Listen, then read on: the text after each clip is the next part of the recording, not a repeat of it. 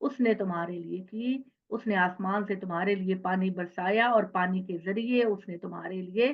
بہت کچھ پیدا کیا، سبزیاں، پھل، فروٹ، ایوری تھنگ۔ فلا تجعلوا للہ اندادا وانتم تعلمون، اس کا احسان تسلیم کرو اور اس کے ساتھ کبھی کسی کو شریک نہ کرو، اس کے ساتھ کبھی کسی کو شریک نہ کرو، اور تم جانتے ہو اس بات کو، وان تم تعلمون، حالانکہ تم جانتے ہو، تمہارا دل گواہی دیتا ہے اللہ کے سوا کوئی عبادت کے لائق نہیں ہے، تمہارا دل گواہی دیتا ہے کہ تم نے عہد الست کے ذریعے اس سے وعدہ لیا تھا کہ تم صرف اللہ کی عبادت کرو گے، لیکن تم اپنے وعدے سے مکر گئے۔ اس کے بعد اللہ تعالیٰ کہتے ہیں کہ اگر تم اس قرآن کے بارے میں شک ہے جو ہم نے اپنے بندے محمد صلی اللہ علیہ وآلہ وسلم پر نازل کیا، یہاں پر عبد کا جو لفظ ہے وہ آپ اس کو سرکل کر لیں کہ عبد کا لفظ جو ہے یہاں نبی صلی اللہ علیہ وآلہ وسلم کے لیے استعمال ہوا۔ اللہ تعالیٰ کہتے ہیں کہ اگر تمہیں قرآن مجید کے بارے میں ذرا بھی شک ہے جو کہ ہم نے اپنے بندے محمد صلی اللہ علیہ وسلم پر نازل کیا، تو پھر اگر تمہیں یہ پتا ہے کہ یہ اللہ کا کلام نہیں ہے تو فاتو بسورت میں مثلہ، تو پھر ایسا کہ تم اس کو سورت کر دکھاؤ، ایک صورت بھی، حالانکہ تمہارے پاس جو ہے وہ بڑے بڑے شاعر موجود ہیں، میں زیادہ ڈیٹیل میں نہیں جاؤں گی لیکن اتنا آپ کو بتاؤں گی کہ عرب کے اندر حج کے دنوں میں ایک میلہ لگتا تھا جس کو اوکاز کا میلہ کہا جاتا تھا، اور اس میں بڑے بڑے ادبی لوگوں کا اور شاعروں کا مقابلہ ہوتا تھا، بہترین شاعری، جامع، کمپریہنسو۔ تو وہ لوگ اس کلام سے بالکل واقف تھے، تو اللہ نے کہا کہ اگر تم محمد پر الزام لگاتے ہو کہ یہ کلام انہوں نے گھڑ لیا ہے یا کسی اور نے ان کی مدد کی ہے، تو لاؤ پھر اس قرآن جیسی ایک سورہ بھی لے آؤ، بلا لو اپنی مدد کے لیے جس جس کو چاہتے ہو، اللہ کے علاوہ بلا لو جس جس کو چاہتے ہو، اللہ کو چھوڑ کر۔ دون اللہ کا مطلب ہے سوائے اللہ کے دنیا کی ہر مخلوق کو بلا لو، فرشتوں کو بلا لو، جنوں کو بلا لو، انسانوں کو بلا لو، شاعروں کو بلا لو، اور اس قرآن جیسی ایک سورہ بھی بنا کر دکھاؤ۔ اور واقعی یہ بات بالکل صحیح ہے کہ کوئی بھی انسان قرآن جیسا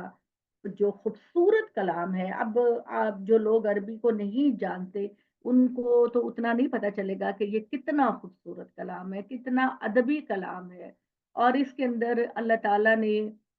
بیان کیا ہے ہدایت کو، لیکن اس میں کلام کی خوبصورتی کو بہت اعلیٰ درجے میں اللہ تعالیٰ نے بیان کیا۔ تو اللہ تعالیٰ کہتے ہیں کہ اللہ کو چھوڑ کر جس جس کی مدد لینا چاہتے ہو لے لو، اگر تم اپنے دعوے میں سچے ہو کہ یہ محمد نے خود گھڑ لیا ہے اپنی طرف سے، اور اگر تم یہ نہ کر سکو اور ہرگز نہیں کر سکو گے، اللہ تعالیٰ کہہ رہے تم نہیں کر سکتے، لے آؤ، کوشش کرو، تو پھر ڈرو اس آگ سے جس کا ایندھن ہوں گے انسان اور پتھر، ڈرو اس پروردگار سے جو تمہاری نافرمانیوں کی وجہ سے تم پر پتھروں کی بارش کرے گا، اور جہنم کے اندر جب تم کو ڈالا جائے گا تو یہ بت ہوں گے۔ یہاں پر ہجارہ کا مطلب کوئی عام پتھر نہیں ہے، بلکہ وہ والے پتھر ہیں جن کو تراش کر قومیں اپنے بڑے بڑے بت بناتے تھے۔ تو اللہ تعالیٰ نے یہاں قریش کو کہا کہ تم نے 360 بت خانہ کعبہ کے اندر رکھے ہوئے، انہوں نے 360 بت رکھے ہوئے تھے جن کو وہ اپنا دیوی دیوتا بناتے تھے۔ تو اللہ تعالیٰ نے کہا کہ تم دنیا میں جن پتھروں کی عبادت کرتے ہو تو یہ بھی تمہارے ساتھ جہنم میں ڈال دیے جائیں گے۔ تو الحجارہ کا مطلب کوئی عام پتھر نہیں ہے، اس سے مراد وہ پتھر ہے جن کی عبادت لوگ کرتے ہیں، قومیں کرتی ہیں، اور یہاں جو ہے وہ قریش کو کہا گیا کہ تم نے 360 اپنے، تو ان کو بھی تمہارے ساتھ جہنم میں ڈال دیا جائے گا تاکہ تم اپنی عبرت کا سامان دیکھ سکو کہ جو تم ناز کرتے تھے کہ یہ ہماری مدد کریں گے، آج وہی تمہارے ساتھ جہنم کے اندر ہے۔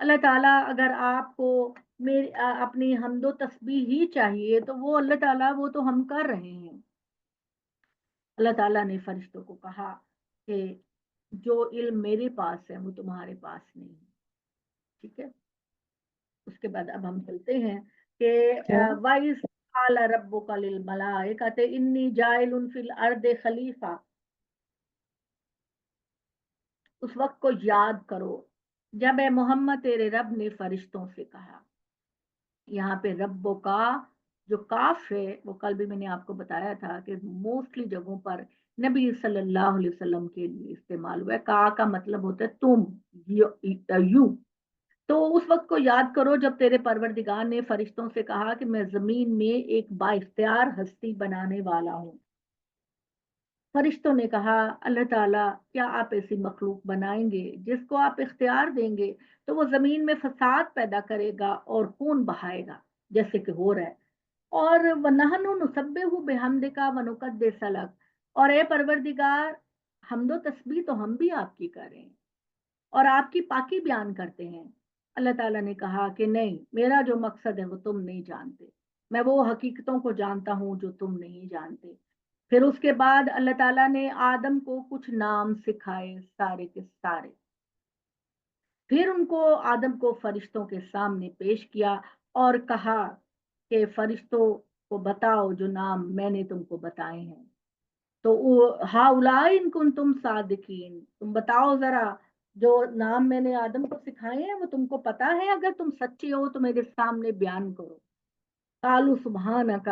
لا علم لنا الا ما علمتنا، فرشتوں نے جواب دیا اللہ آپ کی ذات ہر عیب سے پاک ہے اور ہمیں تو بس اتنا ہی علم ہوتا ہے جتنا آپ ہمیں سکھاتے ہیں۔ انک انت العلیم الحکیم، اللہ تعالیٰ اب یہاں پہ کاف اللہ کے لیے استعمال ہوا، آپ بے شک بہت جاننے والے اور حکمت والے ہیں، یعنی آپ کا علم پوری کائنات پہ چھایا ہوا ہے اور آپ جو بھی فیصلہ کرتے ہیں وہ حکمت پر مبنی ہوتا ہے۔ تو اللہ تعالیٰ نے کہا کالا یا آدم و انبئہم باسمائہم، پھر اللہ تعالیٰ نے آدم کو مخاطب کر کے کہا کہ ان فرشتوں کو وہ نام بتاؤ جو میں نے تم کو سکھائے ہیں۔ فلما انباءہم باسمائہم، تو جب آدم نے فرشتوں کو ان چیزوں کے نام بتائے، قال الم اقل لکم انی اعلم غیب السماوات والارض، تو اللہ تعالیٰ نے فرمایا کہ کیا میں نے تم کو نہیں کہا تھا کہ میں زمین و آسمان کی غیب کی خبریں جانتا ہوں، وَأَعْلَمُ مَا تُبْدُونَ وَمَا كُنْتُمْ تَكْتُمُونَ، اور تم جو بھی ظاہر کرتے ہو اور چھپاتے ہو میں ان سب کو جانتا ہوں۔ یہاں کھڑے ہو کر ہمیں تھوڑا سا ڈیٹیل میں جانا ہے، وہ یہ کہ آدم، ایک تو آدم کا مطلب ہوتا ہے خاک سے، گارے سے بنی ہوئی مخلوق۔ اس سے پہلے فرشتے موجود تھے جن کو اللہ تعالیٰ نے نور سے پیدا کیا، اس سے پہلے جن موجود تھے جنہیں اللہ تعالیٰ نے آگ سے پیدا کیا۔ تو اللہ تعالیٰ نے جب ان سے ذکر کیا تو انہوں نے کہا کہ انسان کو جب آپ اختیار دیں گے تو وہ تو زمین میں فساد پیدا کرے گا۔ پھر اس کے بعد کیونکہ میں کل کرا کے تو پھر پرسوں نہیں بناؤں گی نا، اللہ تعالیٰ نے پھر اگوں جمعہ یہ بات کہی کہ آدم کو بنایا یعنی مٹی سے بنایا، اور اس کے بعد اللہ تعالیٰ نے یہ بات کہی کہ میں نے آدم کو بتا دیا۔ اب یہاں پر ہمارے ایک مفسر ہیں ابن کثیر، بہت مشہور مفسر ہیں، انہوں نے یہ لکھا کہ یہ جو چیزوں کے نام بتانے کا مطلب تھا وہ یہ ہے کہ اللہ تعالیٰ نے آدم کو کائنات ہر چیز کا نام بتا دیا۔ نگت آپا پلیز آپ اس کو سائلنٹ کر لیجئے، نگت آپا۔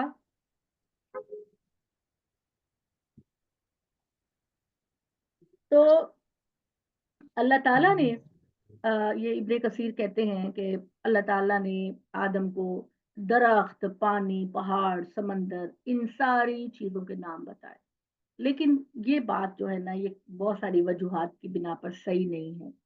کیونکہ پیچھے ذکر ہو رہا ہے کہ اللہ تعالیٰ آپ انسان کو جب اختیار دیں گے تو وہ زمین میں فساد پیدا کرے گا۔ تو اللہ تعالیٰ نے حضرت آدم سے کہا کہ ان کو جا کر بتاؤ کہ میرے نبی، میرے رسول، میرے صالحین مسلسل دنیا میں آتے رہیں گے اور ان کو میرا پیغام پہنچاتے رہیں گے۔ جب جب انسان دنیا میں فساد پیدا کرنے کی کوشش کرے گا، میں اس قوم اور اس بستی کی طرف اپنے رسول اور نبی بھیجوں گا جو ان کو سمجھائیں گے کہ یہ غلط کام نہ کرو، اچھے کام کرو۔ تو در حقیقت اللہ تعالیٰ نے آدم کو جو نام بتائے تھے وہ نبیوں اور پیغمبروں اور رسولوں کے نام تھے، کہ دیکھو آپ کے بعد نوح آئیں گے، نوح کے بعد ہود آئیں گے، ہود کے ساتھ صالح آئیں گے، شعیب آئیں گے، اور اس طرح اللہ تعالیٰ کی نبیوں کی لڑی آتی رہے گی، لوگوں کو بتاتی رہے گی، اور آخر میں اللہ تعالیٰ حضرت محمد صلی اللہ علیہ وآلہ وسلم پر اپنا دین مکمل کر دیں گے۔ یہ ساری سکیم اللہ تعالیٰ نے حضرت آدم کو بتائی کہ یہ میرا مقصد ہے، اور اس کے بعد حضرت آدم کو کہا کہ جاؤ اب فرشتوں کو ان چیزوں کے نام بتاؤ کہ زمین میں انسان فساد پیدا کرنے کی کوشش کرے گا تو ہر موقع پر میرے اچھے لوگ دنیا میں آ کر اس فساد کو ختم کرنے کی کوشش کریں گے۔ تو فرشتوں نے اعتراف کیا کہ یا اللہ ہم تو کم علم ہیں، ہمارے پاس تو اتنا علم ہے جتنا آپ نے ہم کو دیا۔ تو اللہ تعالیٰ کہتے ہیں کہ کیا میں نے تم کو کہا نہیں تھا کہ زمین و آسمان کی غیب کی خبریں میں جانتا ہوں، اور میں وہ ساری باتیں جانتا ہوں جو تم چھپاتے ہو یا تم ظاہر کرتے ہو۔ بس وَإِذْ قُلْنَا لِلْمَلَائِكَةِ اسْجُدُوا لِآدَمَ فَسَجَدُوا إِلَّا إِبْلِيسَ۔ پھر اللہ تعالیٰ نے جب حضرت آدم علیہ السلام کو بنا لیا تو اللہ تعالیٰ نے فرشتوں اور جنوں سے کہا۔ اللہ تعالیٰ اب اس جگہ ان کی آزمائش لے رہا تھا۔ اللہ تعالیٰ جگہ جگہ آزمائش کا ذکر کرتے ہیں تاکہ وہ ہمیں ٹھوک بجا کر بتا دیں کہ ہم کتنے اپنے رب سے محبت کرنے والے ہیں، اور کتنا ہم لوگ جو ہیں اپنے پروردگار کے احکامات کو مانتے ہیں۔ تو اللہ تعالیٰ نے جنوں اور فرشتوں کو ایک آزمائش میں ڈالا۔ اللہ تعالیٰ نے کہا فرشتوں سے کہ آدم کو سجدہ کرو۔ اب وہ اختلاف رکھتے تھے اللہ کا، اگر آپ کو میں عربی میں سمجھا سکوں تو اس کا مطلب ہے کہ باوجود اتنا وہ اختلاف رکھتے تھے، لیکن جو ہی اللہ تعالیٰ نے کہا کہ آدم کو سجدہ کرو، انہوں نے کوئی کوشچن نہیں کیا، انہوں نے کوئی آرگومنٹ نہیں کیا، وہ اس کو اپنے رب کا حکم سمجھتے ہوئے فوراً آدم کو سجدہ کرنے کے لیے گر گئے۔ یہ ہے اطاعت اور فرما برداری۔ اللہ تعالیٰ ہمیں بھی سکھانا چاہتے ہیں کہ جب میرا کوئی حکم آ جائے تو یہ نہ سوچو کہ میں تو یہ چاہتا ہوں اور میرا تو یہ مقصد ہے، اور اللہ نے مجھے بڑا مرتبہ دے کر اس چھوٹے انسان کے سامنے جھکنے کا کیوں کہا۔ اس طرح کی کوئی انانیت اور کوئی تکبر اور غرور ان میں نہیں آیا، انہوں نے فوراً سجدہ کیا، مگر ابلیس جن تھا، ٹھیک ہے جی، کانا من الجن نے قرآن مجید خود کہتا ہے کہ یہ جو جن تھا جس کا نام ابلیس تھا، اس کو تکبر اور غرور نے پکڑ لیا، اس کو غرور اور تکبر نے پکڑ لیا، اور اللہ جیسی عظیم الشان ہستی کے سامنے اس نے جو ہے وہ اپنے آپ کو برتر کہا، اور اللہ کو تکبر بالکل پسند نہیں، ذرہ برابر بھی تکبر اللہ کو پسند نہیں، کیونکہ بڑائی کا احساس صرف اللہ کے پاس ہے، وہی بڑا ہے۔ ہم انسان تو پتہ نہیں ایک چونٹی کی بھی حیثیت رکھتے ہیں کہ نہیں رکھتے، تو لہٰذا ابلیس کے اندر تکبر پیدا ہوا کہ اللہ تعالیٰ اس گھٹیا انسان کے سامنے جو مٹی سے بنایا گیا ہے میں کیوں سجدہ، میں نے نہیں کرنا۔ چنانچہ ابا واستکبرا، اس نے انکار کیا، ابا کا مطلب اس نے انکار کیا اور اس نے تکبر کیا۔ جب آپ کی سب سے بڑی ہستی آپ کو کہہ رہی ہے جس کے بارے میں آپ جانتے ہیں کہ میں سب کچھ اس رب کی وجہ سے ہوں، تو اس کے سامنے تکبر کرنا تو بنتا ہی نہیں۔ تو اس نے واستکبرا، اس نے تکبر کیا ابلیس نے، کیونکہ جن بھی اللہ تعالیٰ کے حکم میں شریک تھے کہ تم بھی آدم کو سجدہ کرو۔ تو ابلیس جو ان سب کا لیڈر تھا اس نے انکار کیا اور اس نے تکبر کیا، اور وہ تو تھا ہی بڑا ناشکرا، بہت زیادہ انکار کرنے والا۔ ہم نے کہا اے آدم، سجدے والا معاملہ ہو گیا،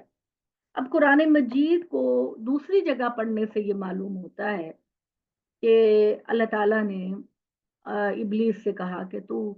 نے آدم کو سجدہ کیا؟ تو اس نے کہا اللہ تعالیٰ تو نے اس کو مٹی سے پیدا کیا، مجھے آگ سے، تو میں کیوں اس کو سجدہ کروں؟ اللہ نے کہا جا نکل جا، نکل جا میری اس جگہ سے، تجھے میں نے رد کر دیا۔ اب اس جگہ پہ قرآن مجید اس واقعے سے جو ہماری ٹریننگ کرنا چاہتا ہے، وہ ٹریننگ اس واقعے میں یہ ہے کہ غلطی تو انسان سے ہوگی، ٹھیک ہے نا؟ غلطی تو انسان سے ہوگی، انسان غلطی کا پتلا ہے، لیکن اللہ کی رضا یہ ہے کہ انسان سے جب کبھی بھی غلطی ہو جائے تو وہ فوراً اللہ سے معافی مانگے، اپنی اس غلطی کو ٹالے نہ رکھیں، بلکہ جو ہی احساس ہو گیا کہ میں نے کوئی غلط کام کر دیا تو کہے کہ یا اللہ مجھے معاف کر دے۔ اب یہ اگلے واقعے میں آپ کو پتا چلے گا، مگر ابلیس نے اللہ تعالیٰ کی خفگی کے باوجود معافی نہیں مانگی، الٹا زیادہ سرکشی کے وجہ سے کہنے لگا کہ اے اللہ تو مجھے قیامت تک کے لیے مہلت دینا، میں تیرے اس چہیتے انسان کو، میں ان کو ورگلاؤں گا، گمراہ کروں گا، اور وہ جہنم جس میں تو نے مجھے ڈالنا ہے میں اس میں انسان کو اپنے ساتھ لے کر جاؤں، میں وسوسوں سے، خیالات سے انسان کو گمراہ کرنے کی کوشش کروں گا، اور میں تیری میجورٹی کو ہتھیا لوں گا، میں انسانوں کی میجورٹی کو ہتھیا لوں گا، اور وہ میرے ساتھ اس جہنم کا ایندھن بنے گے۔ اور وہ دیکھیں اس کا واقعی صحیح ہے کہ رحمان کے بندے تو چند ایک ہوتے ہیں، شیطان کے بندے بہت زیادہ ہیں،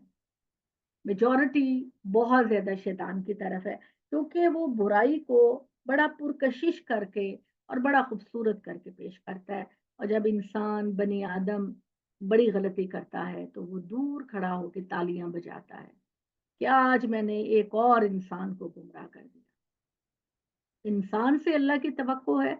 کہ غلطی ہو جائے فوراً سجدے میں پڑ جائے اور کہہ دے یا اللہ تو مجھے معاف کر دے، مجھ سے بڑی غلطی ہو گئی۔ اس واقعے میں ہمیں یہ سبق ملا۔ تو شیطان نے کہا کہ اللہ تعالیٰ آپ مجھے مہلت دیں۔ اللہ نے کہا جاؤ، میں نے تم کو مہلت دی، میرے اچھے بندے کبھی بھی تیرے چنگل میں نہیں آئیں گے، میرے اچھے اور نیک جنتی بندے کبھی بھی تیرے چنگل میں نہیں آئیں گے، وہ تجھ کو پیچھے دھتکار کے آگے بڑھتے چلے جائیں گے۔ تو اب اللہ تعالیٰ نے دوسرا کام یہ کیا کہ آدم اور ان کی بیوی کو اللہ تعالیٰ نے کہا کہ آپ اس باغ میں رہیں، ٹھیک ہے؟ جنت کا جو لفظی مطلب ہوتا ہے وہ باغ ہوتا ہے، وَكُلَا مِنْهَا رَغَدًا حَيْثُ شِئْتُمَا، اور تم دونوں پھلوں کو کھاؤ۔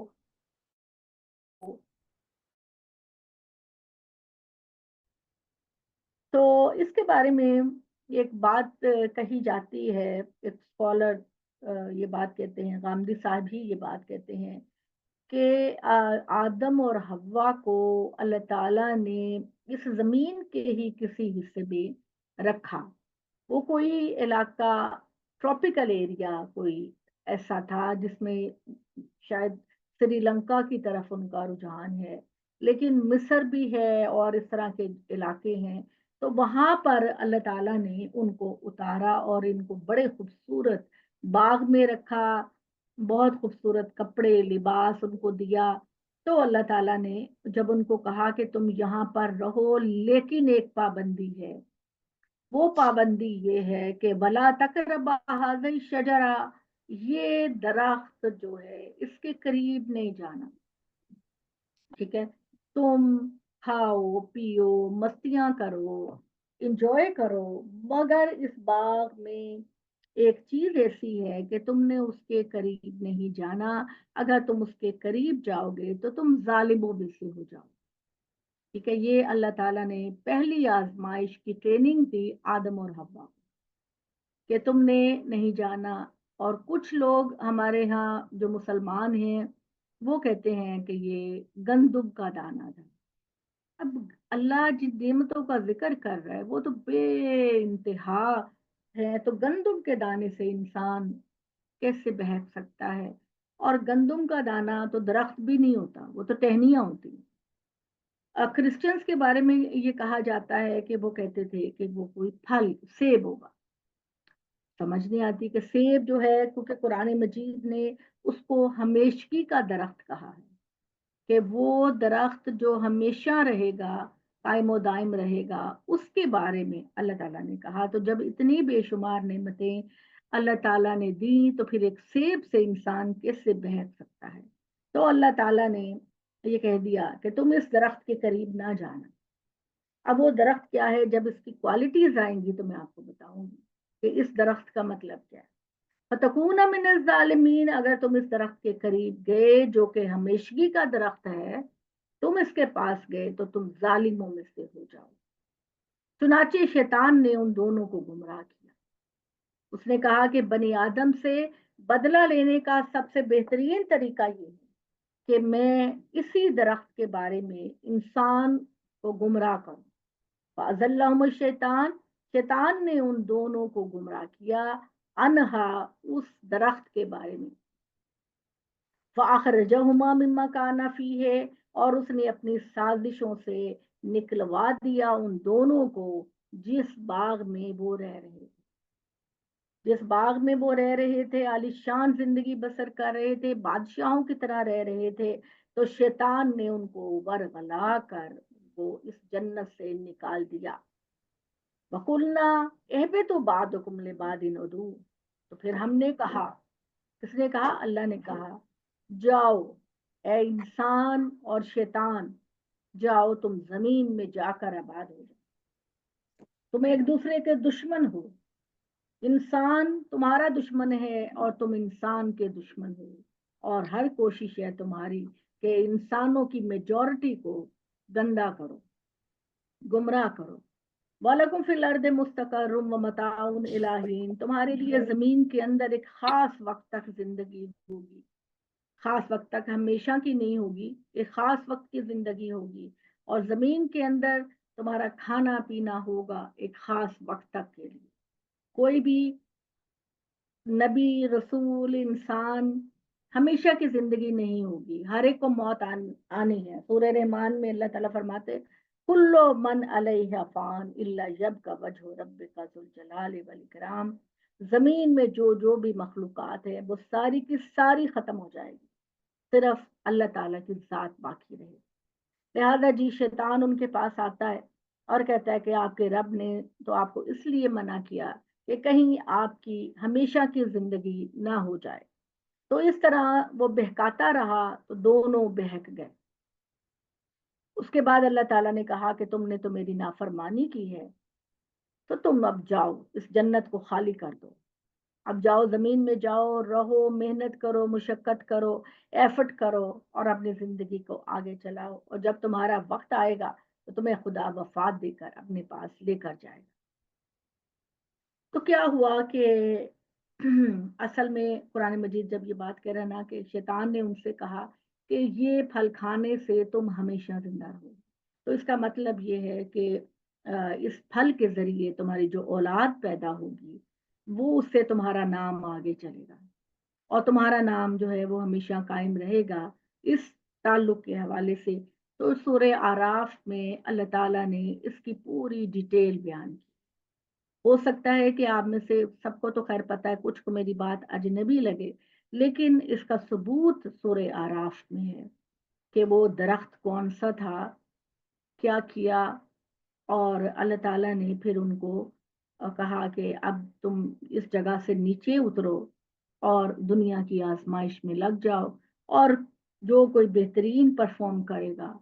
وہ مقام، وہ عزت اور وہ جنت جو میں نے تم کو دینی تھی وہ واپس تم کو واپس اس میں لے آؤں گا۔ تو یہ درخت جو ہے اس کو اللہ تعالیٰ نے کہا ہے شجرۃ الخلد، ہمیشہ رہنے والا درخت۔ تو ہمیشہ رہنے والا درخت نہ تو گندم ہے، گندم تو ویسے بھی درخت نہیں ہے، اور نہ ہی سیب ہے۔ ہمیشہ رہنے والا درخت جس کی طرف اللہ نے اشارہ کیا وہ میاں بیوی کا ریلیشن شپ ہے، اسی ریلیشن شپ کے ذریعے سے اولاد پیدا ہوتی ہے۔ اور اولاد انسان کے اندر یہ بات ہے کہ اولاد ہی ان کے نسل کو آگے چڑھاتی ہے، تو اس لیے اس کو شجرت الخلد قرآن مجید نے کہا۔ تو اللہ تعالیٰ نے ان سے کہا کہ ٹھیک ہے، میں نے چونکہ تمہیں دنیا میں بھیجنا ہے، اس سے پہلے ایک چھوٹی آزمائش میں کرنا چاہتا ہوں۔ اللہ تعالیٰ آزمائشیں کرتا ہے اپنے لوگوں کو جج کرنے کے لیے، اللہ تعالیٰ آزمائشیں کرتا ہے کہ کتنا کوئی بندہ میری راہ میں صحیح رہتا ہے۔ تو اللہ تعالیٰ نے ان کو کہا تھا کہ سب کچھ کرو، کھاؤ پیو عیش کرو، مگر لا تقربوا هذه الشجرہ، یہ درخت جو ہمیشگی کا درخت ہے۔ ایک اور بات آپ کو یہ میں بتا دوں کہ ہم انسان بعض اوقات بڑی بے باک باتیں کرتے ہیں، لیکن ہمارا جو پروردگار ہے پورے قرآن مجید میں انتہائی آ، جو باتیں ہم سیکس کے حوالے سے کرتے ہیں وہ بے شک اللہ تعالیٰ نے بھی کی ہیں، مگر انتہائی ادب کے ساتھ، انتہائی پردے کے ساتھ، انتہائی رکھ رکھاؤ کے ساتھ۔ کہیں بھی اللہ تعالیٰ نے اس کو کھلے ذریعے سے واضح طریقے سے بیان نہیں کیا۔ اللہ تعالیٰ خود بھی شرم و حیا کے پیرائی میں بات کرتے ہیں، اور یہ بات چاہتے ہیں کہ ہم انسانوں کے اندر بھی اسی چیز کا احساس ہو کہ ہم جو ہے وہ اس حوالے سے شرم و حیا کو قائم و دائم رکھیں۔ سیکس کو کے حوالے سے جو بھی چیز ہے ہم اس کو جو ہے اتنا اوپن نہ کریں اس چیز کو۔ تو اللہ تعالیٰ نے جو لفظ استعمال کیا شجرت الخلد، ہمیشہ رہنے والا درخت، اور پھر شیطان نے یہ کہا کہ اگر یہ اللہ نے اس لیے تم کو منع کیا کہ اگر تم اس پھل کو کھاؤ گے تو پھر تمہاری ہمیشہ کی زندگی نہ۔ تو یہ سارے اشارے اس بات کی طرف ہیں، اور پھر آگے سورہ آراف میں تو بہت ہی کلیئر ہے کہ اللہ تعالیٰ کیا کہنا چاہتے ہیں، مگر لوگ اس بات کو تسلیم نہیں کرتے۔ تو ہو سکتا ہے آپ بھی نہ کریں، لیکن جب آپ سورہ آراف پہ پہنچیں گے تو آپ خود ہی مانیں گے کہ اس سے مراد کیا ہے۔ تو اللہ تعالیٰ نے کہا کہ جب آدم سے یہ غلطی ہو گئی تو پھر آدم نے فتلقى آدم من ربه کلمات فتاب علیہ، آدم نے اللہ تعالیٰ سے معافی کے کچھ کلمے سیکھے، ٹھیک ہے، بہت روئے، آدم اور حوا بہت روئے اپنی غلطی پر، پشیمانی پر۔ تو پھر اللہ تعالیٰ نے ان کو سکھایا کہ اپنی معافی کے لیے تم کون سے کلمے پڑھو۔ تو انہوں نے جب یہ کلمے پڑھے تو اللہ تعالیٰ نے ان کو معاف کر دیا، اور انہو هو التواب الرحیم، اور بے شک اللہ تعالیٰ تو اپنے بندوں کی توبہ کو آخری مرحلے تک قبول کرنے والا ہے، اور بہت مستقل رحم کرنے والا ہے۔ مستقل اللہ تعالیٰ جو ہیں رحیم کے اندر، میں نے کل بھی آپ کو بتایا تھا کہ رحیم کے اندر ہمیشگی کا مفہوم ہے کہ وہ پروردگار ہر لمحہ ہر لہجہ رحم کرنے والا ہے۔ تو وہ کون سے الفاظ تھے آدم نے سیکھے اللہ سے؟ ربنا ظلمنا انفسنا، یہ والے الفاظ I'm sure سب کو ہی آتے ہی ہیں یہ الفاظ۔ ربنا ظلمنا انفسنا وان لم تغفر لنا وترحمنا لنکونن من الخاسرین۔ ٹھیک ہے، آپ سب کو ہی آتے ہیں کہ اللہ تعالیٰ نے آدم اور حوا کو یہ الفاظ سکھائے، ربنا ظلمنا انفسنا، اے ہمارے پروردگار ہم نے اپنی جانوں پر خود ظلم کیا، وَإِن لَمْ تَغْفِرْ لَنَا، اور اے پروردگار اگر آپ نے ہم کو معاف نہ کیا، وَتَرْحَمْنَا، اور ہم پر رحم نہ کیا، لَنَكُونَنَّ مِنَ الظَّالِمِينَ، تو اے پروردگار ہم تو پھر لازمی طور پر اپنی جانوں پر ظلم کرنے والے بنیں گے۔ یہ دعا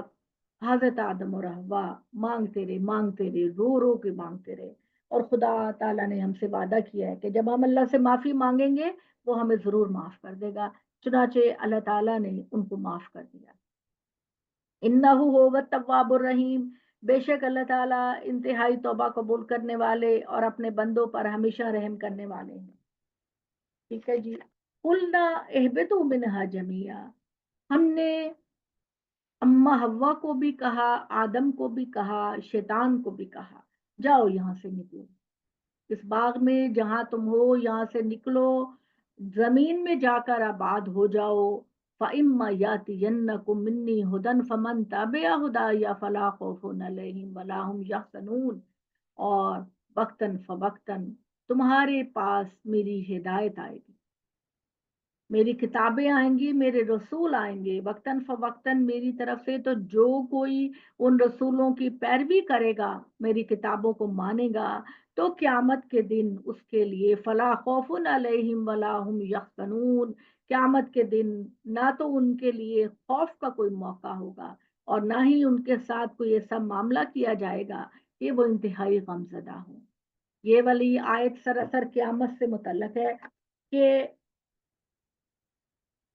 ہم نے آدم اور حوا سے کہا کہ شیطان نے جو مقام تم سے چھین لیا ہے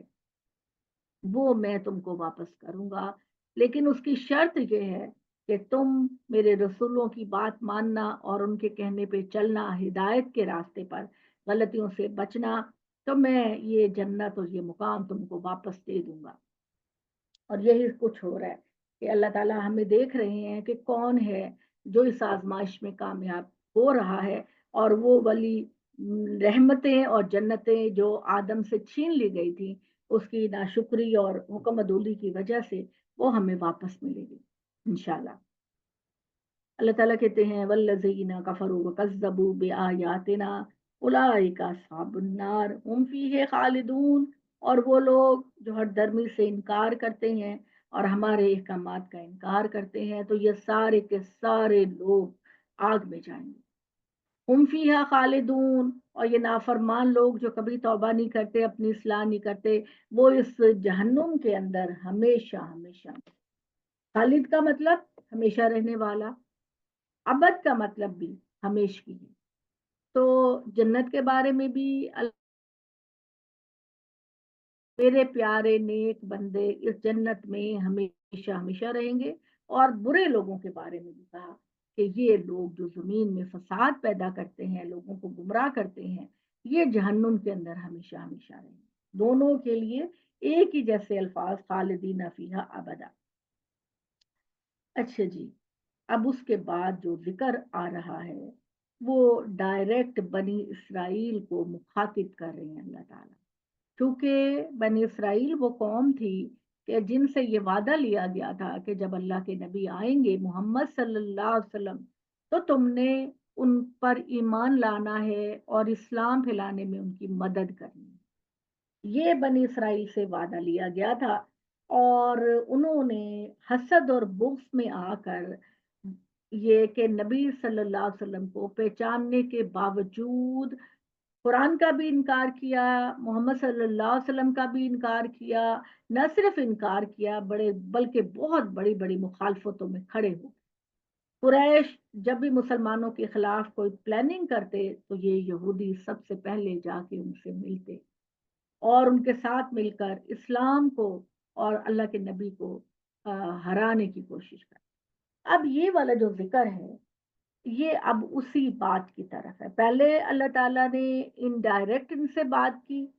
اب اللہ تعالیٰ ان سے ڈائریکٹ بات کر رہے ہیں۔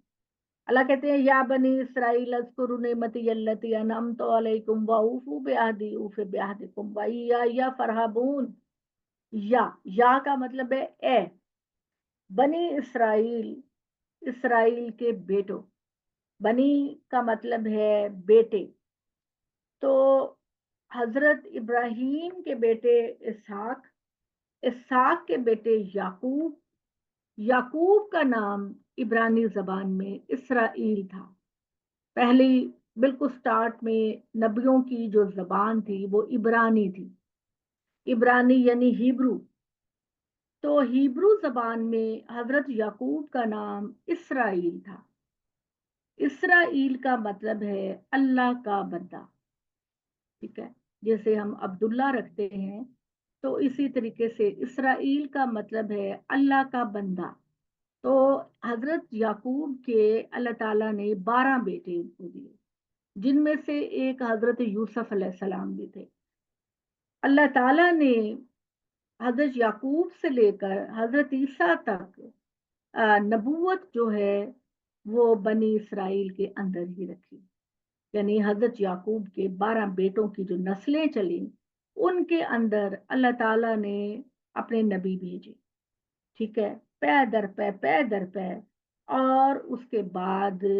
حضرت عیسیٰ پر نبوت بنی اسرائیل کے اندر ختم ہو گئی، اور اللہ تعالیٰ نے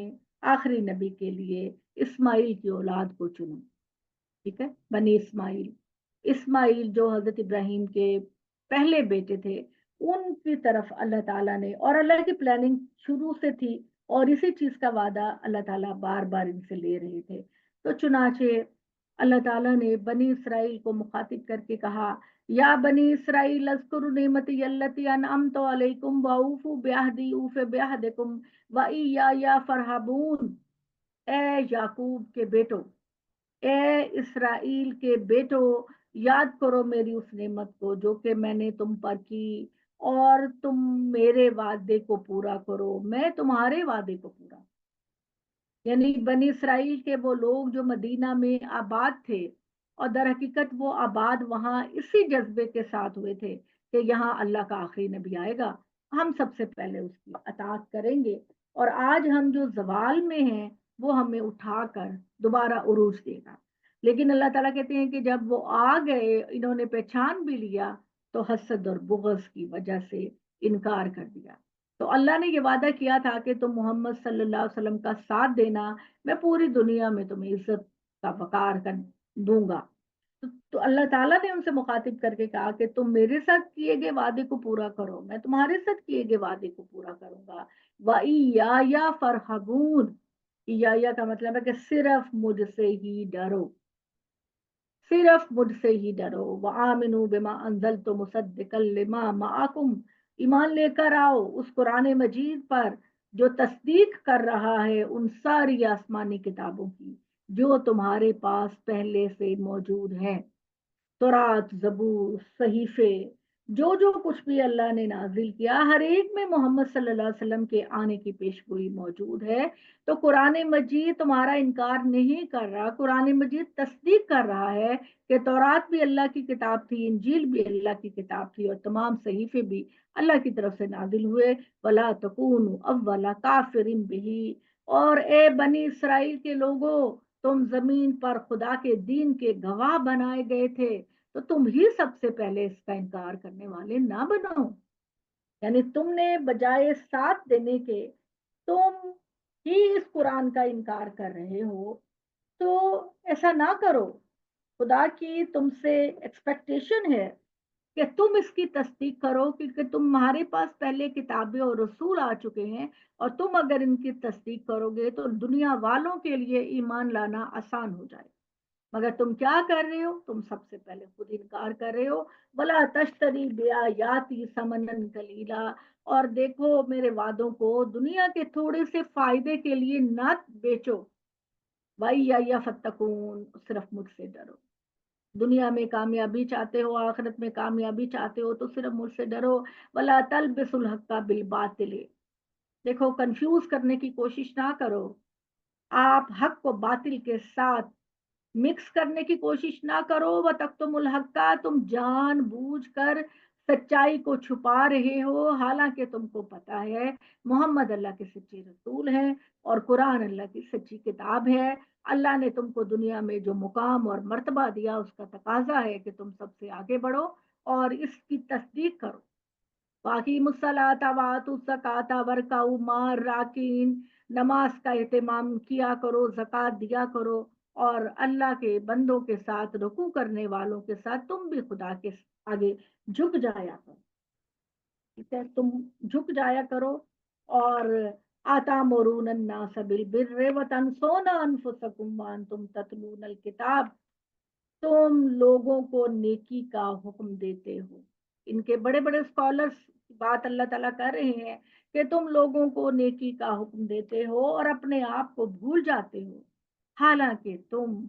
تورات کی تلاوت کرتے ہو۔ یہاں پہ الکتاب کا جو لفظ ہے وہ ان کی کتاب تورات کے لیے استعمال ہوا کہ تم تورات کو پڑھتے ہو، تورات کے اندر وہی احکامات ہیں جو قرآن بیان کر رہا ہے، اور اس کے اندر تمہارے نبیوں نے جو تم سے وعدے لیے وہ بھی موجود ہیں۔ افلا تعقلون، کیا تم کو عقل نہیں، سمجھ نہیں کہ خدا کی پکڑ آئے گی تو تمہارا کیا بنے گا؟